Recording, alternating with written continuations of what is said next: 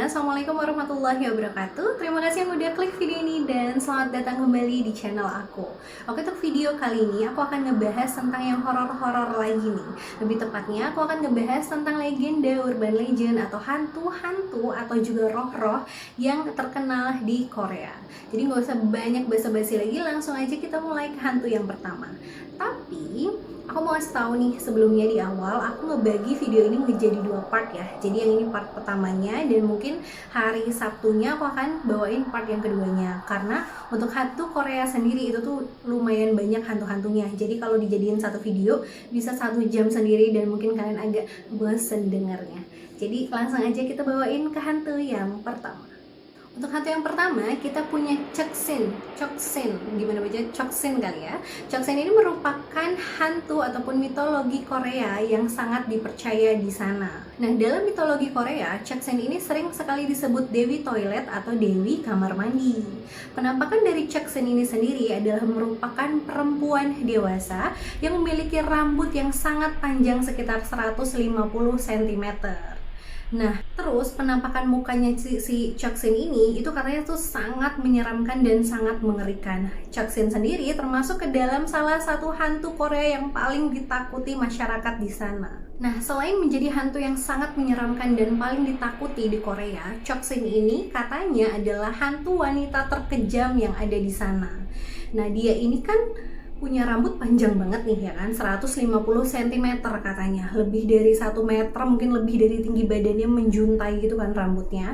Nah, rambutnya inilah yang dijadikan alat untuk menakut-nakuti ataupun menyerang orang yang menjadi targetnya. Nah, tadi kan sebutan si Choksin ini adalah Dewi Toilet kan. Nah, kenapa dikasih nama Dewi Toilet? Karena hantu Choksin ini sering sekali berada ataupun tinggal di toilet-toilet umum seperti toilet sekolah, toilet bandara, toilet rumah sakit, dan toilet-toilet tempat umum lainnya lah. Bahkan ada juga yang mengatakan bahwa tempat tinggal favorit Choksin ini tidak hanya toilet umum, tapi juga toilet-toilet yang sudah sering gelap, sepi, nggak ada penghuninya, bahkan terisolasi. Kan tadi aku bilang ya, rambut Choksin ini yang panjangnya lebih dari badannya ini itu menjadi alat untuk menyerang targetnya kan. Nah, katanya juga nih, rambut panjangnya si Choksin ini selalu menjuntai di toilet kamar mandi tempat dia tinggal. Nah, kenapa nih hantu Choksin ini selalu menyerang-nyerang orang yang datang ke toilet dia ya kan?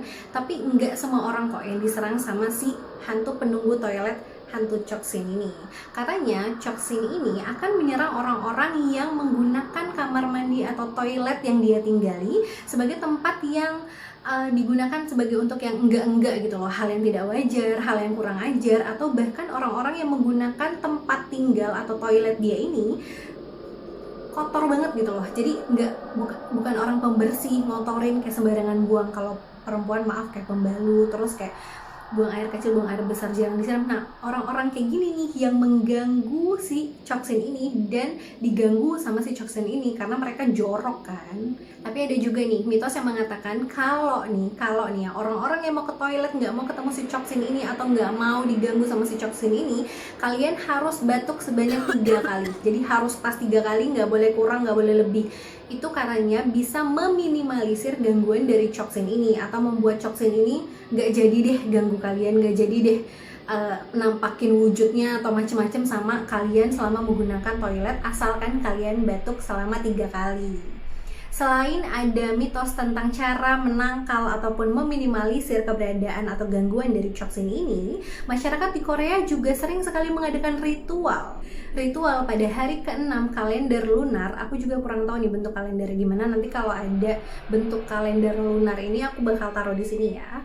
Nah, untuk menghindari gangguan dari Choksin ini, selain dari bulan atau hari ke-6 bulan kalender lunar, ritual ini juga dilakukan ketika ada seekor babi yang terkena wabah atau penyakit, atau nih ada perusahaan atau seseorang yang akan mendirikan bangunan toilet baru. Jadi untuk menghindari gangguan dari Choksin ini, maka diadakanlah ritual untuk istilahnya itu ya itu tadi, mengurangi gangguan ataupun penampakan dari hantu Choksin ini. Nah, ketika mereka mengadakan ritual, mereka selalu menyajikan kue beras atau dalam bahasa Koreanya diberi nama tongtok selama ritual untuk menjadi sesajen ritual tersebut. Nah, tapi nih, istilah hantu Choksin ini adalah sebutan waktu masa lalu nih. Nah, kalau masa sekarang, masa modern sekarang nih, lebih dikenal sebagai Hojangsil Guisin atau hantu Hojangsil.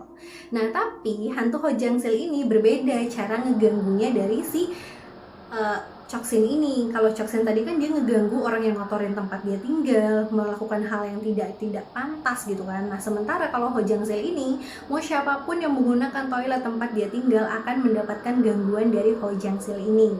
Tapi gangguan yang diberikan Hojangsil ini bukan yang nakutin, ngeliatin muka dia nyeremin, atau gangguin pakai rambut seperti yang dilakukan oleh Choksin, melainkan hantu Gojangsil ini akan memberikan 2 kertas toilet atau tisu toilet yang berwarna biru dan merah. Dan 2 tisu ini harus dipilih salah satunya oleh kita yang menggunakan toilet yang apesnya ditunggu sama Hojangsil ini, ya kan. Jadi amit-amit kan ini ya, misalnya kita pakai toilet dan kebetulan ada Hojangsil di situ. Nah, jadi Hojangsil ini akan ngasih pilihannya ke kita, pilih salah satu tisu, kamu mau yang biru atau yang merah. Tapi biasanya kan dimana-mana kalau pilihan kan satunya tuh pasti ada yang bagus kan. Nah, ini nih boro-boro ada yang bagus, dua-duanya apes, buruk semua. Karena kalau kalian milih yang merah, maka Hojangsil akan menghancurkan dan memotong-motong tubuh kalian sampai kecil banget, sampai kayak berupa serpihan, nggak kelihatan lagi. Dan kalau kalian milih yang biru, kalian akan dicekik sampai kalian meninggal dunia. Mau milih salah satu, pilih dua-duanya aja nggak sih sekalian, karena nggak ada yang bagus. Biasanya kan pilihan tuh satunya bagus ya, tapi si Hojangsil ini nggak ada ngasih kesempatan buat milih satu yang bagus. Kalian gimana? Kalian yang pernah tinggal di Korea atau mungkin pernah nih dengar-dengar desas-desus tentang Choksin atau Hojangsil, hantu penunggu toilet ini? Komen di bawah ya. Lanjut lagi ke hantu yang kedua. Untuk hantu yang kedua, kita punya Gumiho. Pasti nih ya, buat yang sering nonton drama Korea, sering nonton anime mungkin, udah nggak asing lagi dengan penyebutan Gumiho. Atau mungkin kalian sudah tahu nih gimana sih penampakan atau bentuknya dari Gumiho ini. Gumiho ini merupakan roh atau siluman dari mitologi Korea. Buat kalian yang udah pernah nonton film My Girlfriend is Gumiho pada tahun 2010, The Thousand Men pada tahun 2012, dan film yang terkenal banget juga nih, Tale of the Nine-Tailed pada tahun 2020. Semua drama ini terinspirasi dari urban legend Gumiho ini. Nah, di awal tadi kan aku udah bilang kalau Gumiho ini merupakan urban legend yang ada di Korea, lebih tepatnya urban legend Korea Selatan. Namanya urban legend, legenda, pasti ada kan orang yang percaya ataupun enggak dengan keberadaan Gumiho ini. Aku bakal ngasih tahu nih beberapa fakta terkait roh ataupun siluman Gumiho ini. Gumiho sendiri nih, fakta pertamanya, Gumiho sendiri itu dipercaya sebagai rubah yang sudah hidup lebih dari 1000 tahun. Jadi kalau seandainya ada rubah nih dan hidupnya atau umurnya lebih dari 1000 tahun, itu merupakan tanda bahwa rubah itu adalah seorang Gumiho atau sesosok, seorang ya kan roh ya, sesosok Gumiho maksud aku. Nah, mungkin buat kalian yang belum pernah nonton drakor ya kan, ataupun asing banget nih dengan penyebutan Gumiho. Gumiho ini adalah roh atau siluman berbentuk rubah berekor 9. Ayo, yang udah nonton Naruto juga mungkin udah nggak asing sama rubah ekor 9 ya kan. Nah, kenapa nih rubah ekor 9 ini dikasih nama Gumiho? Karena mereka mengambil kata-kata dari bahasa Korea. Gu sendiri itu berarti angka 9 dan Miho itu berarti rubah. Jadi digabungkan Gumiho artinya rubah berekor 9. Itulah wujud penampakan dari Gumiho ini. Nah, Gumiho ini namanya roh kan, pasti bisa dong berubah jadi apapun, dimanapun, siapapun, kapanpun, dan ya apalah yang dia mau gitu kan. Bisa berubah jadi hewan, bisa berubah jadi benda-benda apapun, ataupun bahkan manusia seperti kita. Tapi katanya Gumiho ini paling sering dan paling senang berubah menjadi manusia, lebih tepatnya wanita dewasa. Nih ya, wanita, dia berubah jadi wanita dewasa yang cantik itu bukan tanpa alasan, karena bertujuan untuk menggoda laki-laki mata keranjang yang akan terpikat nih sama kecantikan dia. Kalau laki-laki itu udah terpikat sama kecantikan si Gumiho yang berubah jadi wanita cantik banget ini, Gumiho ini akan langsung membunuh laki-laki itu dan mengambil hati dan jantung mereka untuk dia makan. Karena Gumiho ini sangat suka memakan hati dan jantung manusia. Jadi buat kalian nih ya yang misalnya nih amit-amit itu Gumiho masih ada sampai sekarang, terus kalian melihat wanita cantik dikit langsung kayak gimana-gimana, hati-hati loh, jangan-jangan itu Gumiho diambil hati sama jantungnya. Tapi ini diambil hatinya, diambil beneran. Tapi nih ya, selain cerita atau fakta-fakta Gumiho yang aku ceritakan sebelumnya, ada lagi nih versi cerita lainnya yang akan aku kasih tahu juga ke kalian. Jadi ceritanya itu ada seorang biksu muda yang memelihara Gumiho. Namanya Gumiho ini kan udah hidup 1000 tahun lebih ya kan. Nah dia masih muda nih si biksunya, melihara Gumiho ini ya kan. Sampailah si biksu ini tua, menua, makin tua. Mereka ini terus bersama nih, si biksu tua sama si Gumiho ini. Nah tapi kan mungkin Gumiho bisa hidup lebih dari ribuan tahun ya, tapi untuk biksu tua pribadi pun dia nggak tahu nih umur dia sampai berapa. Jadi karena dia takut juga si Gumiho ini dia apa-apain sama orang, akhirnya biksu tua ini memutuskan untuk menyegel Gumiho ke dalam sebuah lukisan untuk menghindari Gumiho ini diganggu dengan orang, disakitin sama orang, ataupun dilihat sama orang ataupun manusia yang ada di luar gitu kan. Nah karena udah digituin, Gumiho pun akhirnya setuju lah dengan permintaan biksu tua ini untuk menyegel dia di dalam lukisan.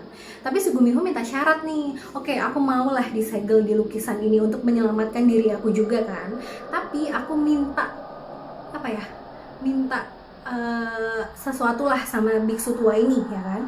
Aku mau setiap malam bulan purnama aku boleh keluar dan merubah wujudku menjadi manusia ataupun wanita cantik untuk melihat-lihat keadaan sekitar. Boleh ya, kata si Gumiho ini kan. Dipikir lah sama biksu tua ini kan, oh ya udahlah pas malam bulan purnama aja ya katanya. Oke boleh, setuju lah si biksu tua ini dengan permintaannya Gumiho. Tapi ada tapinya nih, kata biksu tua itu. Kalau kamu memang mau keluar pada malam bulan purnama, kamu harus berjanji kepada saya bahwa kamu tidak akan pernah menampakkan diri kamu kepada manusia. Jadi itulah permintaan biksu tua itu. Diturutin kan sama si biksu tua, tapi dengan syarat lagi nih, kamu boleh main keluar, boleh berubah jadi apapun pas malam bulan purnama, tapi jangan sekali-sekali kamu berani menampakkan wujud kamu kepada manusia. Oke lah, kata Gumiho ini, karena kan kalau dia ngeliatin nih wujud dia ke manusia, bukan hanya diri dia yang rugi juga, manusianya juga rugi gitu kan. Dan itu juga lebih untuk keselamatannya si Gumiho ini. Oke lah ya kan, disegel lah, tiap malam bulan purnama dia keluar lah menjadi wanita cantik ya kan.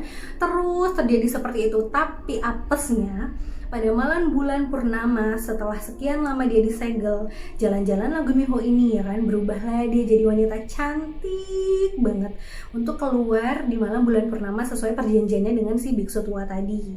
Tapi pada malam bulan purnama itu dia dilihat oleh seorang petani keluar dari kuil itu. Karena petani penasaran ya kan, kok ada wanita keluar malam-malam bulan purnama pula dari kuil itu. Diikutin lah sama petani ini ya kan, si wanita cantik yang adalah si Gumiho ini ya kan. Diikutin terus sama si petani ini sampai Gumiho ini kembali lagi ke dalam kuil. Tapi kan wujudnya ingat wanita cantik kan yang dilihat sama petani itu. Nah petani itu heran, kok bisa-bisanya malam bulan purnama kayak gini ada wanita yang masuk ke kuil dan tidak keluar-keluar lagi. Langsung dong beritanya nyebar kemana-mana seantero negeri itu ya kan. Mereka tuh langsung mikir, kok bisa ya di kuil suci itu seorang biksu tua menyembunyikan wanita. Tanda tanya dong mereka, dan menyembunyikan wanita di kuil suci seperti itu merupakan kejahatan di sana. Udahlah ketika ketahuan di sana, diselesaikanlah dengan cara ya baik-baiklah, nggak dijelasin juga gimana cara biksunya menyelesaikannya. Tapi karena kejadian itu, biksu tua ini pun memutuskan untuk menyegel Gumiho selama-lamanya di dalam lukisan itu. Ya udahlah ya kan, disegel lah selama-lamanya sama si biksu ini. Aman nih, Gumiho nggak pernah keluar lagi, dan biksu tua pun taunya Gumiho tidak mampu untuk melepaskan segelnya di dalam lukisan itu. Bertahun-tahun jalan, terus bertahun-tahun kemudian ya kan, sampai nih tiba suatu hari pada malam bulan purnama lagi, datanglah seorang laki-laki dan temannya. Jadi dua laki-laki dewasa datang ke kuil suci punya biksu tua ini. Mereka itu datang ke sana untuk berdoa bersama ya kan. Nggak tau lah, aku juga berdoa di kuil itu. Nah pas udah malam banget nih, mereka berdua udah selesai doa kan, cowok-cowok ini.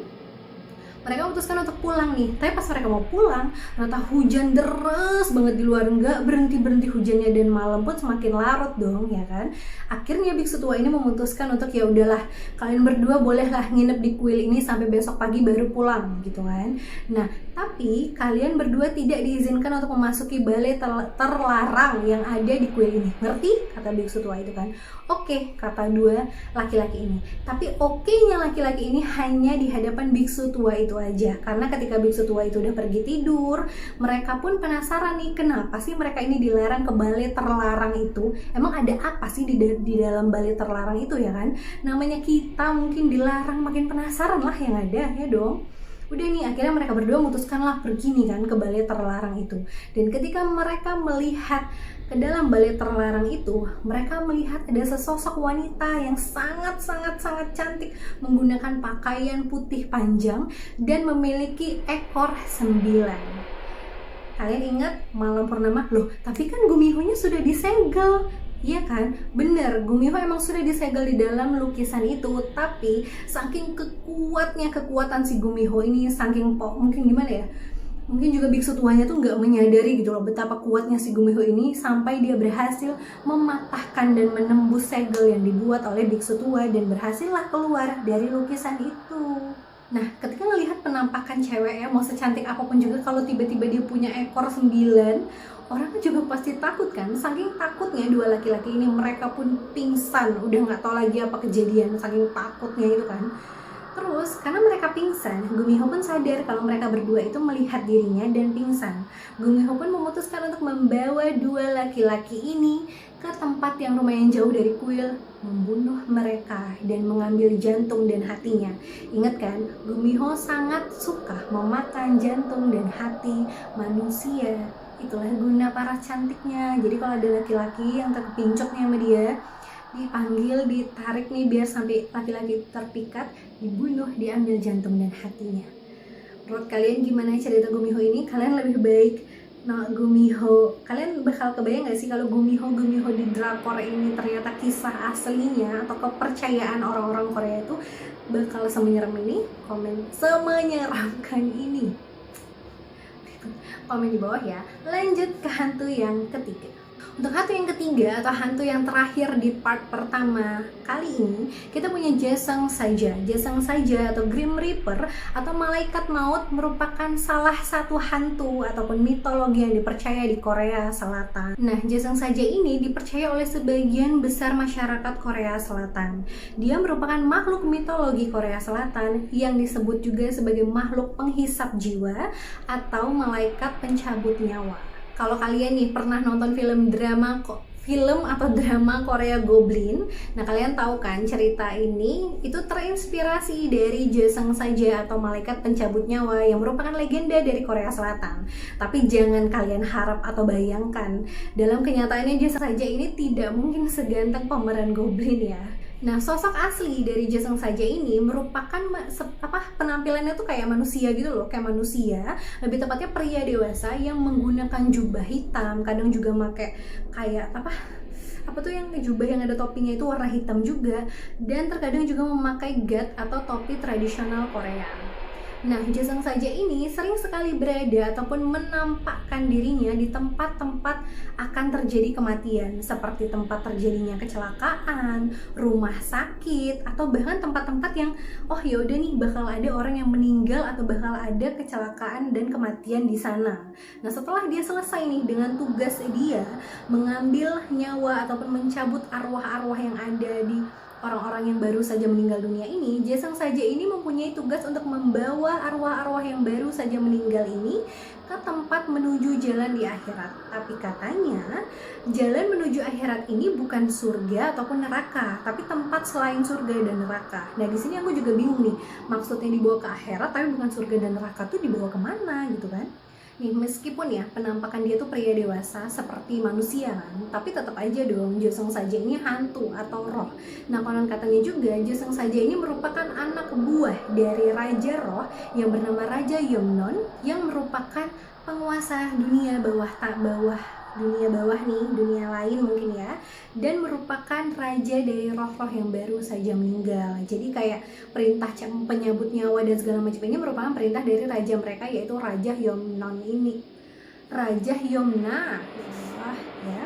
Terus konon katanya juga nih, orang-orang yang tiba-tiba saja tidur dan malamnya bermimpi tentang Joseon saja adalah orang-orang yang terpilih dan akan menghadapi kematian dengan cara dicabut nyawanya oleh Joseon saja. Jadi siapapun yang mimpi tentang hantu Joseon saja ini, mereka akan menghadapi kematian dan akan diambil nyawanya oleh Joseon saja ini. Nih ya, ada informasi tambahan nih tentang Joseon saja ini. Hantu Joseon saja ini atau malaikat pencabut nyawa Korea ini, yang ada di Korea ini, itu akan menampakkan sosok yang berbeda ketika dia mencabut nyawa orang-orang ya. Misalnya orang baik yang dicabut nyawanya, dia akan menampakkan diri sebagai makhluk yang sangat gagah, tampan, dengan senyum sumringah dan sangat ramah ketika akan mencabut nyawa orang-orang baik ini. Tapi berbeda dengan ketika dia akan mencabut nyawa orang-orang yang jahat gitu loh semasa hidupnya. Nah, ketika dia mencabut nyawa orang-orang yang jahat ini, ya kan, dia akan menampakkan sosok aslinya yang sangat menyeramkan, mengerikan, bahkan tatapan matanya sangat tajam, sangat kejam, sangat gelap, dengan gigi-gigi taring yang sangat panjang ketika dia mencabut nyawa orang yang jahat ini. Jadi beda nih, yang baik dia bentuknya cakep, ramah gitu kan, sementara kalau nyabut nyawa orang yang jahanam tingkah lakunya, dia kayak monster gitu loh. Tapi intinya dua-duanya sama aja dicabut nyawa gak sih? Mau penampakannya ganteng, mau penampakannya serem juga tetap aja serem kalau dicabut nyawanya, ya gak sih?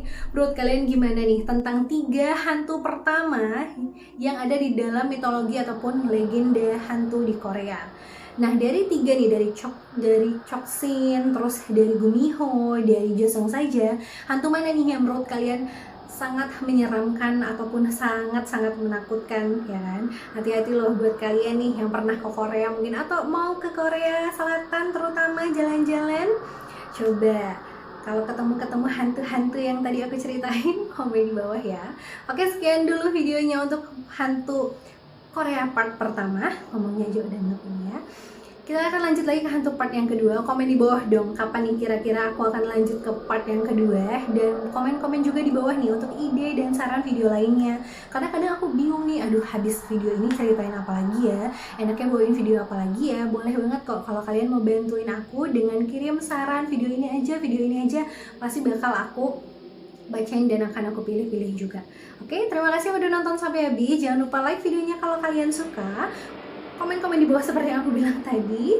Untuk yang udah nonton tapi belum subscribe dong channel aku supaya channel aku cepat berkembang. Dan jangan lupa nyalain tombol notifikasinya supaya kalian tetap tahu nih updatean terbaru kalau aku upload video tuh langsung cepet buat nonton gitu ya. Oke, sekian dulu. Dadah, terima kasih. Bye-bye.